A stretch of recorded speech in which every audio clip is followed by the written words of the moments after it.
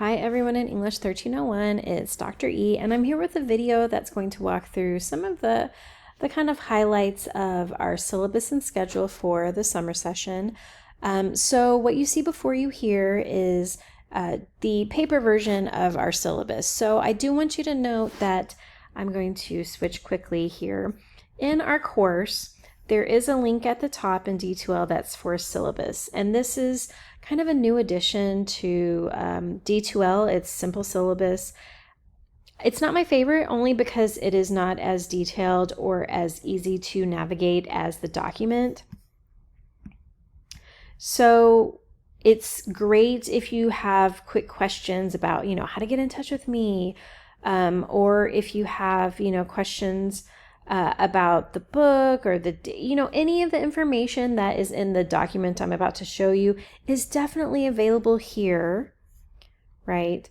But I find that it is less approachable in some ways than looking at the actual document that I've also uploaded to D2L, because we have our table of contents here, and it's just visually a little bit easier. But if you're more of a person who you need it to be just kind of quick, easy, logical, listed out, then this is definitely the space for you to find that information.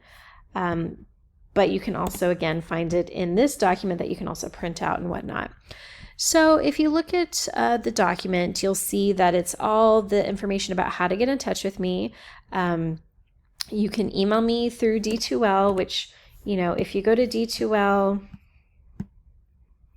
remember that you have your Microsoft 365 widget here, which includes your email. This is your email here. This is your calendar. And this is OneDrive, where you should definitely start saving those documents for our class. Okay.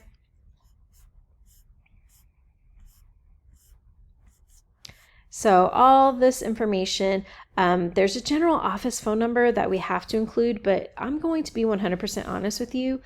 No clue how to access it. I think I get messages through it, but the best way to get in touch if you need me is through this Google Voice number. You can text me here during those office hours. You can call and leave messages, whatever is easiest for you. You can text me during business hours, essentially. Of course, I'm going to definitely be available during the student success hours, which are also known as office hours. So just use your best judgment when it comes to utilizing the text feature or the calling feature, right? And if these times don't work for you, if you'd like to set up a meeting via WebEx or even in Zoom in D2L, we can definitely just let me know and we can arrange it. That's no big deal, okay? So, this is all stuff that you're probably familiar with, right? You know what course you're in, you probably know what section you're in. It's not ultimately important unless you're asked about this, which is why everything is here. And this is a document that's really meant to be something that's a tool for you to support you as a student. This is all the information about, when we start, when the, midpoint day, all the W day, all of that good stuff is here for you. We have a catalog description, our learning outcomes, it's a writing course, so this is all about, writing in various ways. You can take a look at your learning outcomes. We're working towards these throughout our course and time together. Okay. It's really helpful to kind of make sure that you are up to speed on the technology requirements. And that includes your own, individual requirements. Yes, you need access to the internet, you need browsers, definitely use Chrome. I'm going to say it again and again, just use Chrome. It's just the easiest to use with D2L. And even then, I have to delete my browsing data constantly for D2L to be super functional. So just keep those kinds of things in mind. But you also need these skills just to be successful in the course. Okay, so just some things to keep in mind. There's always a link for access to our course if you ever need. Again, this is for quick information, where to go, what to do. Okay, I'm going to pause for 1 second so I can cough. You definitely need to make sure that you've completed the online student orientation. It is a requirement to access everything in our course, so just make sure that you've done that. And here is also a link for VLAC, or the Virtual Learning Assistance Center. Make sure that you've watched the walkthrough video for D2L. There's some more information about VLAC, but you will want to bookmark this page, so just take care of that. This is what our book looks like. You can definitely get a version of the printed version of the book. You can do so through the website, the Norton publishing website, if you'd like, but you have access to the digital version through our course. That's part of your tuition, essentially. It's called the Star Bundle. There are some additional text, some additional articles, but those are all available to you. I've already posted them in D2L, so everything you need to read is already accessible. All right, when it comes to grades, this is what our grade distribution looks like. We are a points-based class, so I've broken it down in terms of the points to expect from these different assignments and what percentage that essentially equates to. A majority of our course is discussion and participation, right? So it's these weekly kinds of assignments that you'll be required to submit. And then we have our more major writing assignments, which are our food journals. More on that later. So those are 30%. And then our final multimedia project that comes at the end of our time together, which is 20%. So if you're a visual person, again, there's that grade distribution. And then you have little kinds of breakdowns of, just the different assignments and the styles. I want you to know that these are details that are also going to be provided in D2L in the syllabus, schedule, and rubrics module. So you'll have videos explaining the food journals. You'll have videos explaining the mind map. So this is not the only information you'll have about these different assignments. This is just kind of a glimpse, right? This is just kind of an abstract view of these assignments, just to give you a little taste. And then as we go through those, these upcoming weeks, you'll get much more information. So don't worry too much. Okay. Y'all, you've likely seen syllabi before, so this is not super exciting stuff. So take time to read some of this on your own. I'm certainly not going to read this word for word because how boring, right? Not that it's boring information, but how boring for you to just sit and listen to me read it to you. This is definitely something for you to go over when you have the time, right? And you have the solitude, maybe some quiet time to just sit and read through some of this. All right, so if you have questions related to the course, there is a Q&A discussion board in D2L where you can ask questions. If you have the answer to the questions, you can certainly answer those. I will be in there kind of moderating and answering as well. If you have an individual question or concern, definitely send me an email, or you can text, or reach out during office hours, or we can chat. If you're emailing me, please include helpful information when it comes to the email, and include things like a greeting and salutation, right? Don't just say, what's this?